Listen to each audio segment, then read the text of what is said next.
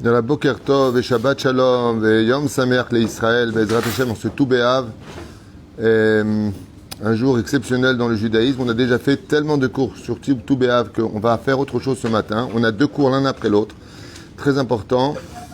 Donc le vendredi 12 août et Tet Vav B'Av, cours acheté par David Lachari pour l'anniversaire de mariage avec un grand Mazel Tov pour lui, David Rahamim Ben Mazal et sa femme Ruth Bat Esther, 120 ans de bonheur, de santé, de parnassa, de réussite, d'amour et surtout une descendance sur le chemin de la Torah et des mitzvot. Il raconte que le mérite de cette étude iten lahem kol mishalot libam el avodato itbarach bakom mikol kol, et que la Iloula d'aujourd'hui de ce très très grand maître du judaïsme que j'ai eu le mérite de découvrir au Maroc, Rabbi Amram Ben Diwan, c'est sa Iloula Be'ezrat Hashem yagen be'ad kol am Israël. Veinachem, ce pauvre papa aussi hier qui en un seul instant a perdu une famille à Jérusalem. Vous avez entendu parler de cette situation terrible où une femme est partie avec ses enfants écrasés par un bus. Shem Erachem al Kol Am Israël. Comme j'ai dit hier soir à mon fils, je lui ai dit, tu vois un tel événement par rapport à l'anniversaire l'Elef Alpha Avdalim, que quelqu'un il fête l'anniversaire avec de mariage avec son épouse. Je lui ai dit à mon fils, on se rend pas compte, des fois on se dispute avec sa femme, on crie après les enfants, et voilà qu'en un seul instant, une mère et ses enfants est partie, écrasée par un bus, toute la famille. Il a eu le temps de sauver un seul enfant sous ses yeux. C'est Lo Yehuman qui se part. Donc, Kol HaKavod, David, d'avoir pris un cours pour l'anniversaire de son épouse, et au lieu de se prendre la tête et de faire la guerre, on ferait mieux de faire la paix et de faire l'amour. Voilà, donc, Bracha V'Atzlacha pour tous les couples en ce Tou Bishvat. Tou B'Av, ouais, non, mais je voulais voir si vous suiviez. Hein. Tou B'Av, Bezrat Hashem.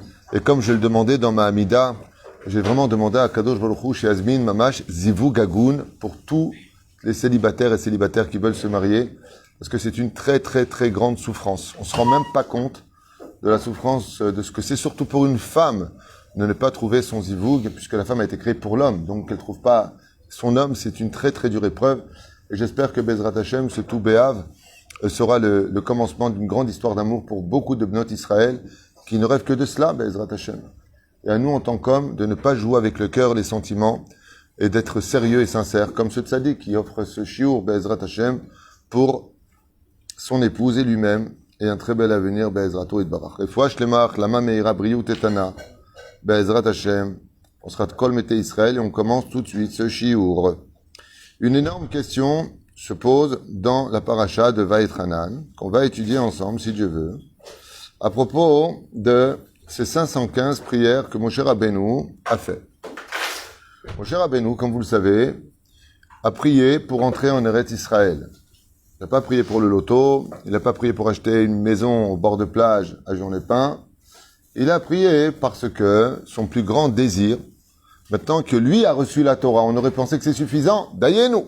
Il dit mais non, quand la Torah t'a été donnée, c'est pour être vécue en Israël, puisque 80% pratiquement des mitzvot de la Torah dépendent d'Eretz Israël. Il y a la pratique et la théologie. Non, pas théologie. Théorie. La théorie. La théorie et la pratique. La théorie, on l'a eu, ça y est, on a le code. Maintenant, il faut la pratique, il faut rouler. Il faut venir en Israël. Maosé, Omer la Kadosh Baruch Hu. Baruch Hashem, j'ai la Torah. Todalel, j'étudie la Torah, Kol Tov Yafeh. Mais où est-ce qu'elle a été donnée cette Torah? Chaque fois que vous voyez le mot, je vous donne la Torah, c'est pour vivre en Israël. Ça veut pas dire qu'on ne fait pas la Torah en Chutz Laaretz. C'est pas ça que ça veut dire. On fait aussi la Torah en Chutz Laaretz. Mais, im bechukotai telechu ve'et mizvotav tishmu va'asitem otam ve'natati shalom ba'aretz. Ça veut dire que les commandements de la Torah vont essentiellement dépendre de cela. Et si on ne fait pas la Torah en Israël comme il le faut, alors on est puni d'être en galoute. Donc Moshe Rabbeinu, il en a marre d'être puni. Il demande à Hachem 515 prières, 515 tfilot. Il n'est pas velo ne'ena. Il n'a pas de répondant. Dieu lui répond pas. Lui qui a sauvé le monde entier, il n'y a rien qui l'aide. Midrash écrit Beshem Rabbi Shmuel bar Yitzchak que Moshe Rabbeinu est tombé pas dans une dépression ni chas v'shalom, une tristesse terrible, mais qu'il a été profondément déçu. Et ça, c'est quelque chose qui demande, comme explique Rabbi Shmuel bar Yitzchak, Ma tamitarzev. En quoi tu es déçu, Moshe Rabbeinu? Vous avez une réponse? Pourquoi Moshe Rabbeinu a-t-il été très, très, très déçu? Et de quoi il a été déçu? Il est déçu parce que les Israël n'ont pas pris. J'ai tchouva nechona. D'où tu sais ça? Et voilà, faut le dire, il a été corrigé. Exactement. Amar Rabbi Shmuel bar Yitzchak, Moshe me'od itarzev. On avait vu ce sujet-là il y a plusieurs années. Shel Am Israël, du peuple d'Israël. Il a dit quoi?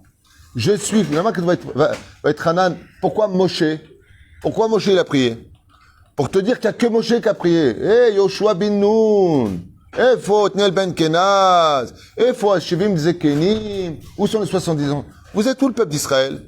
Où sont le peuple d'Israël? Allô, je suis seul à prier. Il n'y en a pas un qui prie pour moi. Il n'y en a pas un qui dit, Ribono Shel Olam, tu rentres pas Moshe, on rentre pas. Il n'y en a pas un qui se réveille. Oh, le capitaine ne quitte pas le bateau, mais peut-être que le bateau ne doit pas non plus quitter le capitaine. Pour une fois, Moshe Rabbeinu, de toute sa vie, 120 ans de vie, il a eu besoin, lui, des enfants d'Israël. Le Harizal, il dit, sans Moshe, on n'aurait rien pu faire. Le seul homme au monde à être indispensable, c'est Moshe Rabbeinu. Comme ça dit le Harizal. Tout le monde peut être remplacé. Comme le dit pour Esther Mordechai, si c'est pas toi, Dieu mettra une autre. Aval loulé Moshe, lo haynu nigalim. Et c'est pour ça que Dieu se met en colère quand il refuse Moshe de sortir des enfants d'Israël. 7 jours, il insiste. Il n'y a que toi, tu es le personnage qui est le seul de la création qui doit prendre ce rôle. Il n'y en a pas d'autre. Donc Moshe, c'est exceptionnel. Moshe a été là pour nous dans tout. La faute du Vaudor, les plaintes des miracles, les plaintes de la manne, et tout. Il dit Zeksh. Bon, il n'a pas dit Zeksh dans le texte. Hein. Pour une fois, je vous ai pas demandé de l'oseille. Je vous ai pas demandé de m'occuper de mes enfants, de faire babysitter, de me donner du temps. Un télim, dites quelque chose, dit Hachem. Allez, on lui doit tout. Par rapport à nous, n'est pas de kfiyut tova, n'est pas d'ingratitude. Pour nous, Hachem, c'est notre maître. On peut pas... La matem le mitpalelim. Est-ce que vous savez pourquoi, d'après vous, je vous ai noté hier, juste à 3h du mat', je vous ai noté, attendez un instant, 6 réponses à cette question. La question numéro 1, est-ce qu'on pourrait penser que les enfants d'Israël seraient ingrats à ce point-là? Non, c'est impossible. Est-ce qu'ils aimaient Moshe Rabbeinu? Oui. Alors qu'est-ce qui s'est passé dans leur tête? Moshe est déçu. Moshe, lui, par contre, il dit, s'il est déçu, c'est donc qu'il n'y a aucune excuse. On parle de Moshe Rabbeinu. Moshe Rabbeinu, c'est le maître de la Chassidut, c'est le maître de tout. Il a besoin qu'on lui dise à lui, ouais, mais tu sais que tu comprends Moshe parce que tu comprends, mais je t'explique parce que tu comprends. On parle de Moshe. Moshe, il regarde quelqu'un, il sait qui il est, c'est ce qu'il pense. Si des Gdolim, ils avaient le roi HaKodesh, Moshe, c'est le plus grand de tous les prophètes. Azul lo yodea. Azuma makara le Moshe Rabbeinu. On a quelque chose d'énorme comme question ici. Moshe, qui trouve toujours du mérite, cette fois, lui, Rabbi Shmuel bar Yitzchak amar mazé itarzev. Moshe, il a baissé la tête en disant, waouh, oh, réveillez-vous. Makaralo. C'était un tikkun. Donc toi, tu fais partie du mec qui va à l'hôpital. Je t'en supplie, Yosef, prie pour moi. Non, subis ton sort. À mon avis, parce que comme il savait s'il allait avoir, il n'était pas encore. Hein? Je lui dis. Et notre Rahim il a rappelé toutes les fautes qu'ils ont fait, alors ça l'a un peu refroidi.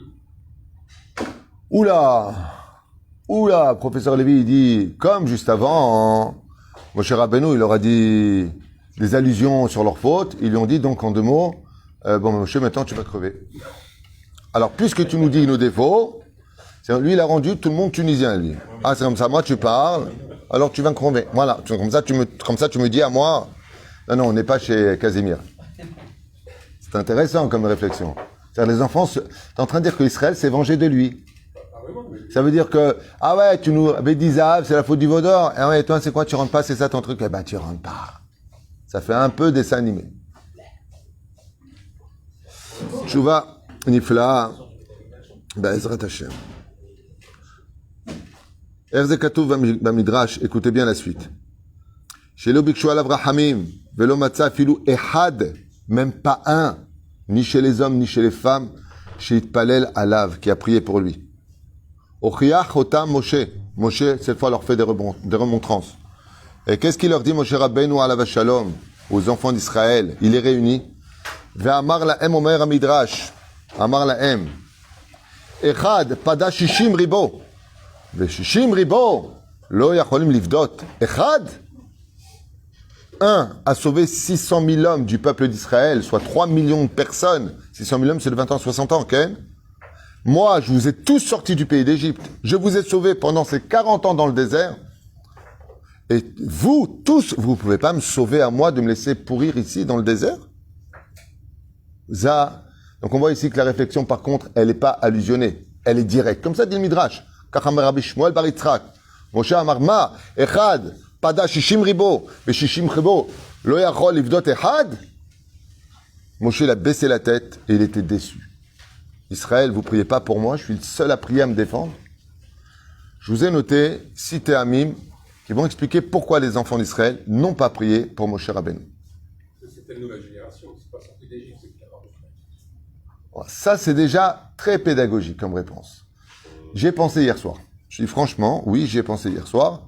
Comme c'est ceux qui ont vraiment connu Moshe et qui les a sortis du pays d'Égypte. Alors oui, tu as raison. C'est une nouvelle génération qui rentre. Enfin, cette nouvelle génération venait pas de naître. Ils avaient juste quand même plus de 20 ans, 30 ans. Ils ont vécu quand même pas mal de temps les miracles avec Moshe Rabbeinu. C'est pour ça que je ne l'ai pas noté. Tu as raison. Ils n'ont pas vu ce qui s'est passé, eux, en Égypte, mais ils ont vu les miracles dans le désert. Si pour un seul service, on ne doit jamais oublier la gratitude qu'on a vis-à-vis d'une personne, t'imagines Moshe Rabbeinu, là où il était, avec les guerres qui ont été quand même gagnées face à des géants. Top, allez, on commence, on a cité Amim. Si vous voulez les entendre, c'est magnifique à retenir. Vatam Arishon ou Kacha. Hajvu ben Israël, she'im echad kemo Moshe Rabbeinu, she'u rosh hanivi'im. Alors je vous traduis directement. Les enfants d'Israël savaient que Moshe Rabbeinu était le passe-partout de toutes les serrures fermées sur le chemin du Goral de la vie. Ça veut dire, Moshe Rabbeinu, c'est la dernière solution, c'est la route de secours. Si lui-même, qui connaissait Akadosh Baruch Hu, panim el panim, face à face, Moshe Rabbeinu qui a fait les 10 plaies, Moshe Rabbeinu qui n'a pas bu et ni mangé, Moshe Rabbeinu qui a trouvé les mots pour sauver le peuple d'Israël de la faute du veau d'or, qui a trouvé ce qu'il fallait faire pour eux. Chaque détail, on va pas tous les faire. Ouais. Amrou, im gadol kamocha lo ne'ena. Az malanu azchut litpalel shetikanes. Chazal, ils disent que les enfants d'Israël ont fait un excès d'humilité et d'ignorance. Ils ont dit, mais attends, c'est comme si tu dis, si ce baraqué, il n'a pas pu battre cet enfant, comment tu veux que nous, qui sommes gringalets, on puisse le battre? Zata'ana rishona. Amrou malanu litpalel. Amar la'em Moshe Rabbeinu. Moshe leur a répondu, why? C'était ça votre réponse? C'est parce que moi, qui suis le maître de la prière, c'est vrai que même dans les kavanot, on dit que, on est mitraven que Moshe Rabbeinu, même pour Paradouma, les kavanot de Moshe Rabbeinu, ils ont dit, les enfants d'Israël, si Moshe, qui connaît les codes secrets de comment délier tous les décrets, il n'a pas réussi, comment nous est-ce qu'on va pouvoir le faire? Amar lahem Moshe levnei Israël. Ma zot ata'ana, c'était ça votre réponse? Allô, réveillez-vous. Ne savez-vous pas que la force du tzibour, ensemble, me dépasse de très loin dans la prière? Vous savez pas que quand on se réunit tous pour prier, c'est plus grand que si un se réunit, qui est même le plus grand de tous? Vous ne connaissez pas la force d'une bête à Knesset, c'est Knesset, la maison du rassemblement. Que même s'il y a des Réchaïm parmi eux, la prière elle monte grâce à la force du tzibour. Et là, les enfants d'Israël, ils apprennent pour la première fois de leur vie que quand on se réunit tous pour prier, eh bien, on peut libérer. Ce que le unique ne peut pas faire. Ça veut dire que quand tout le monde prie, et nous, on a un exemple magnifique de cela, à qui Mordechai demande de prier, de sauver le peuple? À Esther. Esther, elle dit, ok, mais je vais être sûr de réussir. Et comment je peux être sûr de réussir? Je vous demande à tout le peuple d'Israël de prier pour moi. Là, maintenant, je vais réussir. Ça veut dire que le tikkun qui n'a pas été fait ici, pour sauver les enfants d'Israël, vient la Megillat Esther et nous apprend Mazekor shel Tzibour. Quand une personne est mourante à l'hôpital, et que tout le monde prend les sidourim, et que tout le monde fait un Teilim, Yeratzon, simplement Refoua Shlema, 2 mots. Ah, ça va, c'est pas difficile, Refoua Shlema. Quand on reçoit toutes les 2 secondes, c'est un peu barbant à un moment. Tu dis, punaise, il y a que des malades, ça te démoralise. Faites les Teilim, ta guide Refoua Shlema. Ton Refoua Shlema, plus le sien, plus le sien, plus le sien, plus le sien, il provoque un tremblement dans le ciel. Et Moshe Rabbeinu leur a dit quoi? Vous connaissez pas la force que quand tout le monde prie, ce que ça fait parce que moi j'ai prié. Mais vous me dépassez si vous priez vous tous. Vous me dépassez. Pourquoi? Il dit parce que moi, je suis peut-être un passe-partout des serrures de toutes les portes sur le chemin. Mais quand le tzibour ensemble, il prie, il n'ouvre pas la porte, il l'explose. C'est comme un, comment on appelle ça, tu sais, les trucs, les béliers. C'est un bélier, non, c'est un bélier. Ça te défonce complètement la porte, ça n'a pas le temps de passer par la petite serrure. Im kol am Israël mitpalelim. Pourquoi le rabbi demandait à ce que tout le monde demande le Mashiach Betfila? Parce qu'il voulait utiliser le Koach HaTzibour. C'est une arme extraordinaire. Quand le Tzibour ensemble demande la Géoula, mais tous ensemble. Pas il y en a un qui est en train de draguer sur la côte d'Azur et l'autre il est en train de, à Panama, en train de se bronzer comme ça, il en a affaire de ce qui se passe en Israël et que. Non.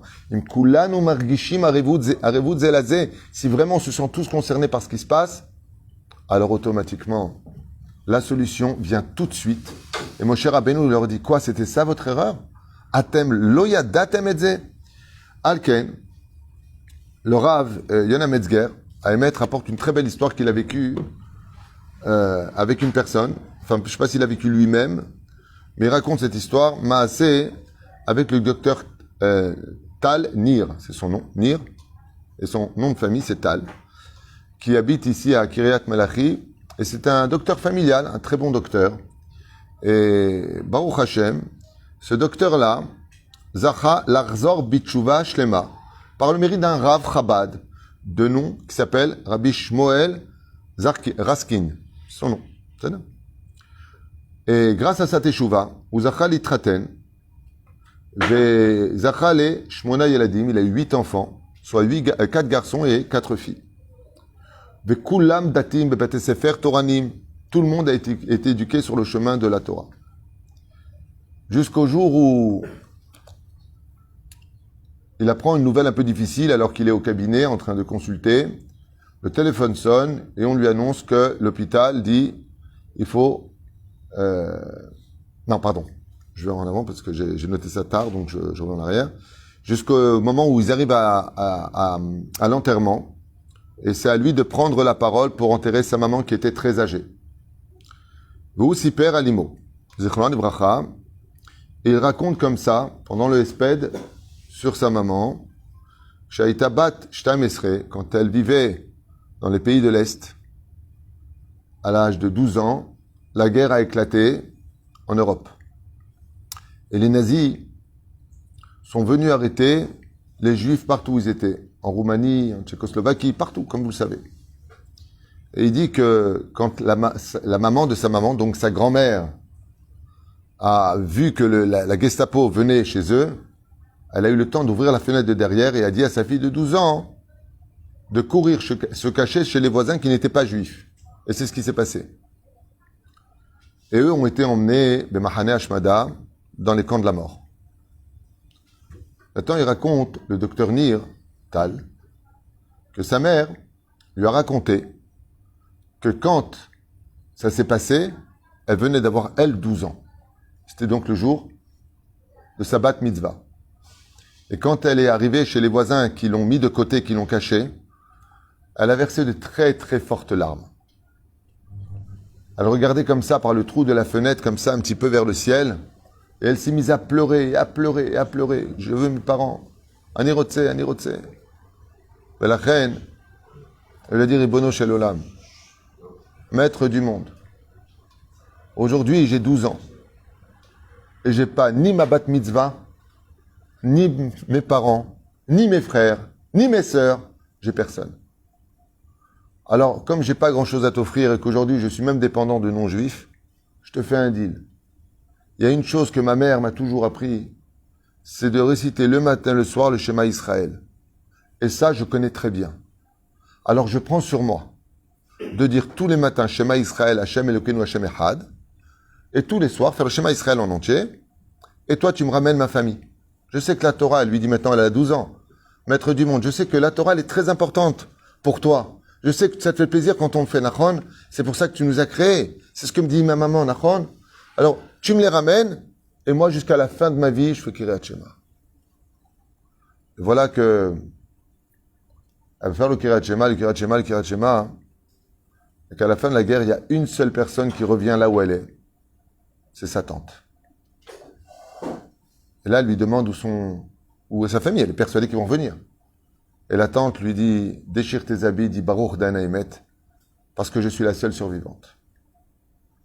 Et elle a fait un cri, mais un hurlement, cette petite qui avait 12 ans à l'époque.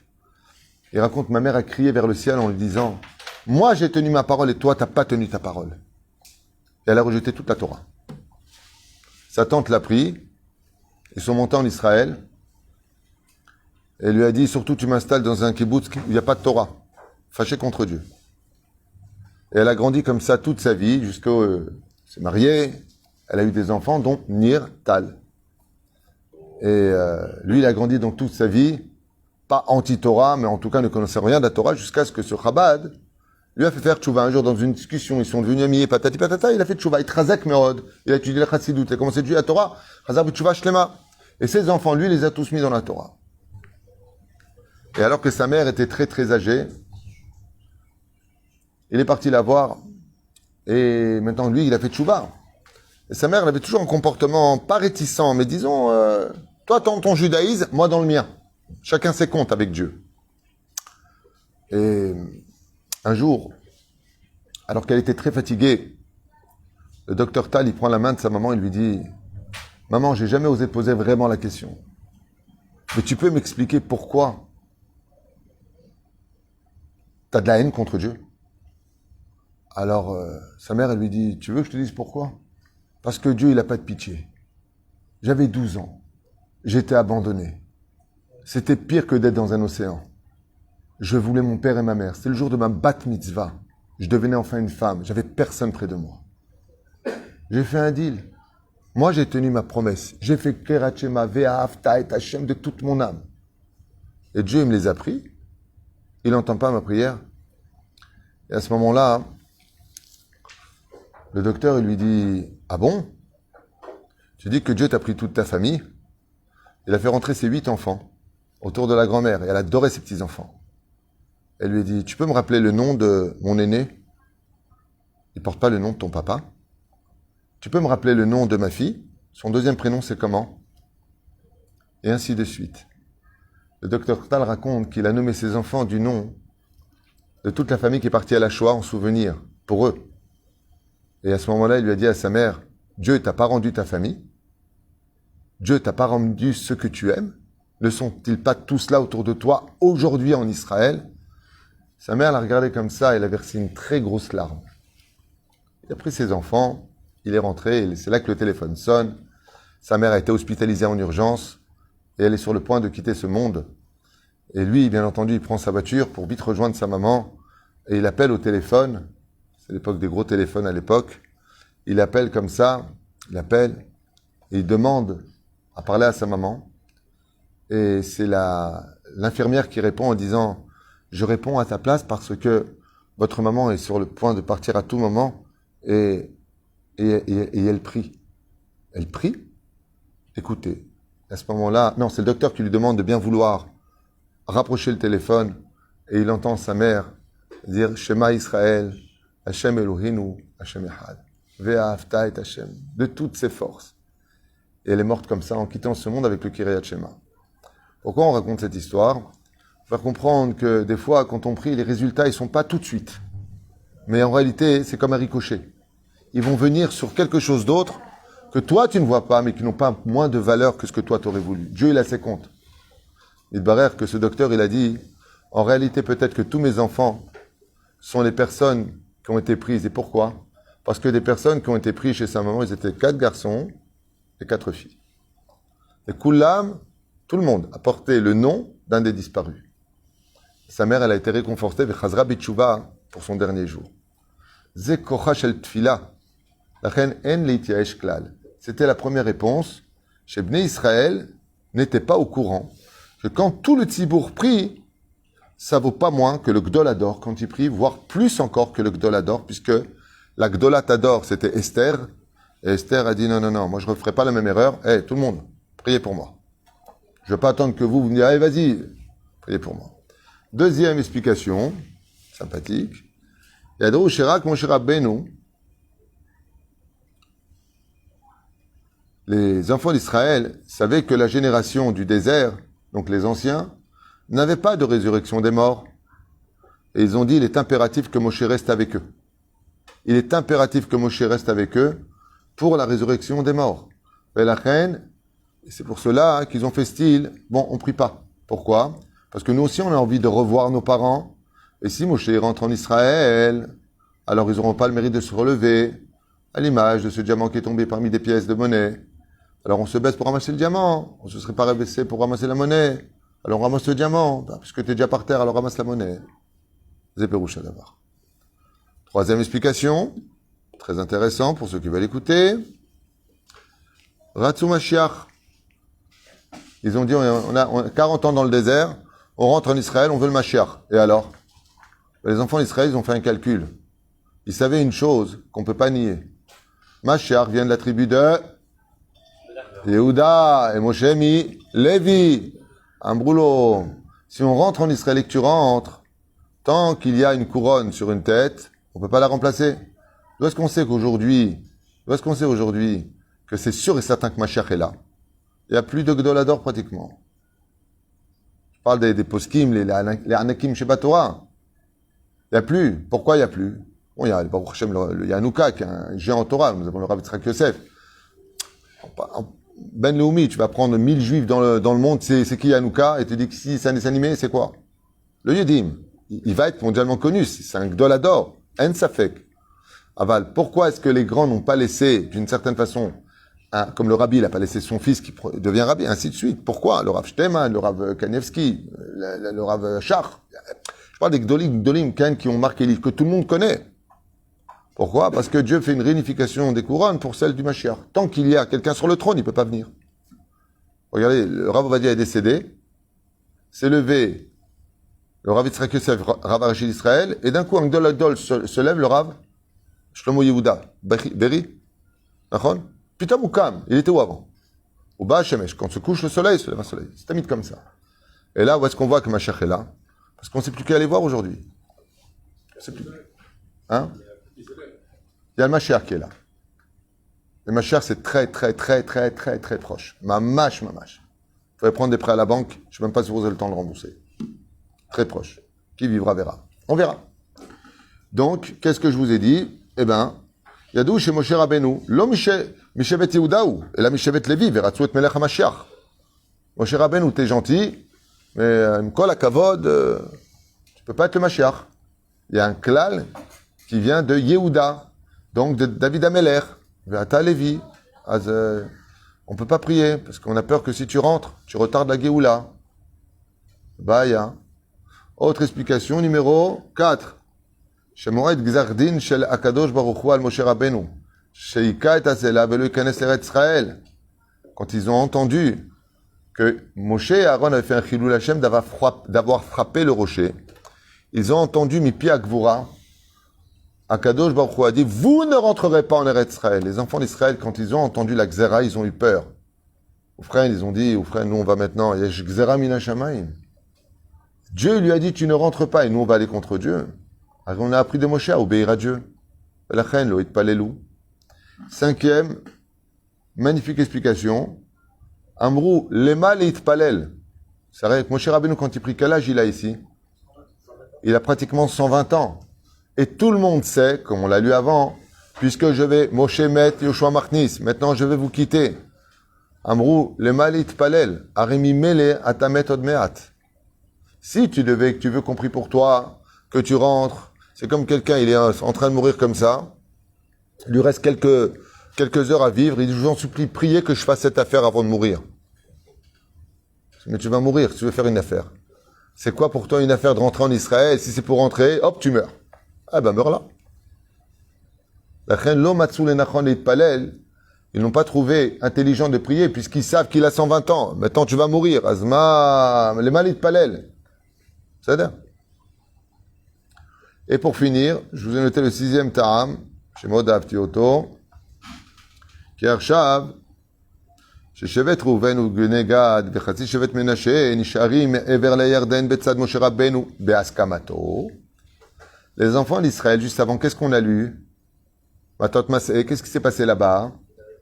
vous avez deux chevettes, Réhouven, le Bechor, entre guillemets, vous avez la tribu de Gad et la moitié de la tribu de Ménaché, qui eux sont restés exactement là où ça se passe pour la prière. Ils sont là-bas, ils vont s'installer là-bas. Et Moshe, il a accepté ou pas? Il leur a dit oui. Maintenant, tout Israël devait rentrer en Israël. Les enfants d'Israël, ils voient que Moshe doit rendre l'âme à l'endroit où Réhouven, Gad et la demi-tribu de Ménaché restent là-bas, que ça va devenir des villes de refuge, entre guillemets, que ça devient une succursale d'Eretz Israël. Hein? Une périphérie d'Eretz Israël, ou s'ils préfèrent une banlieue. Donc ils ont dit, nous, Asbeseder. Ça veut dire que si tu n'avais pas accepté en disant non, non, non, non, on aurait compris que Bémet Israël, c'est Israël. Il y a les limites. Mais toi, tu acceptes que 2 tribus et demie. C'est même pas ça. C'est que 2 tribus, et c'est Moshe qui demande à la demi-tribu de Ménaché d'aller là-bas. Je dis, bah, c'est pas aller là-bas, et moi je suis au Ahlahali. Ça veut dire, là je suis. Donc les enfants d'Israël, ils ont dit, bah, Daïchelonit Palel. Pourquoi? Parce qu'on te laisse pas seul. Arrête, on est ici. Arrête, toi-même, tu es d'accord qu'une partie du peuple d'Israël peut vivre ici. Donc c'est pas qu'on t'a abandonné. Mais la reine, pour nous, tu es aussi d'une certaine façon, on est Israël. Valken Mevinim, que les enfants d'Israël, par tous les moyens, ont essayé de justifier leur absence pour soutenir Moshe Rabbeinu, même s'ils avaient des circonstances atténuantes. Rabbi Shmuel Bar Yitzchak nous dit dans le Midrash, Moshe Rabbeinu, il a quand même baissé la tête, il leur a dit, aïe, aïe, aïe, aïe, ezeta anot. Si vous aviez prié, vous auriez eu, parmi la tribu de Yehuda, le Mashiach qui se dévoile, et tout le monde aurait été content. Et je serais peut-être rentré par votre mérite en Eretz Israël. Comme c'est marqué, quand une personne est aimée des hommes, et que vient son heure pour lui de partir, et que tout le monde pleure parce qu'on ne veut pas qu'il parte, que tout le monde se réunit, que tout le monde se mobilise, eh bien, ce qui se passe, c'est que l'ange de la prière, il dit Ribono Shel Olam. Si lui, il n'a plus de raison pour vivre pour lui-même, parce qu'il a fini son rôle à jouer, eh bien, refait pour lui une vie nouvelle, parce qu'il existe aussi pour les autres. C'est pour ça qu'une des plus grandes ségoulas qui existent dans la vie, le plus grand médicament de toutes les maladies, c'est de dire, si tu me donnes encore des jours de vie, Hachem, je te promets de m'occuper de mes frères. Gabay de Bet Knesset, Chazan, tout ce que tu peux faire. Apprendre à un enfant, emmener des enfants au Talmud Torah, comme on l'a vu avec Benjamin, Binyamin, qui s'occupait d'une famille avec ses 7 enfants qui étaient veuves, et est venu l'heure pour lui de mourir. Dieu lui a rajouté 22 ans de vie. Car les anges ont dit, si Binyamin a fini son tikkun sur terre, il doit rendre son âme, n'oublions pas qu'il vit aussi pour une famille entière qui est dépendante de lui. Étant donné Shumezaket à Tzibour, qu'il donne du mérite au Tzibour, alors il est évident qu'il mérite de vivre plus longtemps. Baruch Adonai, Leolam, Amen, Amen. Ken. Ça veut dire que la Hein? Moshe il a pris une 516e édition de contrat. Ouais. Ça veut dire que le 516e, c'est effectivement. Non, ça c'est Moshe Rabbeinu à l'échelle individuelle. Disons que ce qu'on peut apprendre de là, c'est que quand le Tzibour il prie, Ron, comme Tefila, Ron Gematria, Vaïtranan, on est bien d'accord. De là, tu apprendras que Moshe seul, il doit faire 515 prières, tandis que le Tzibour, en une seule prière, il fait 515 prières. Voilà ce qu'on apprend. Vous êtes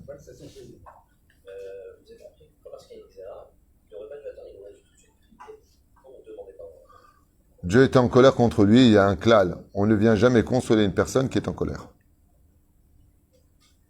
On attend, on attend. Donc il a fait exactement ce qu'il fallait faire et la Torah vient nous l'apprendre. Akadosh Baruch Hu lui dit, tu rentres pas en Israël. Moshe se tait, reçoit Béhava. Le temps passe, maître du monde. Je sais que tu étais en colère. Je sais que j'ai fauté. Et il se met à prier. De là, il y a marqué, l'homme afrim et adam bishat kaaso. On ne vient jamais voir une personne quand il est colérique. C'est là. Chazak ou baruch. À tout de suite pour le prochain shiur sur un sujet intéressant.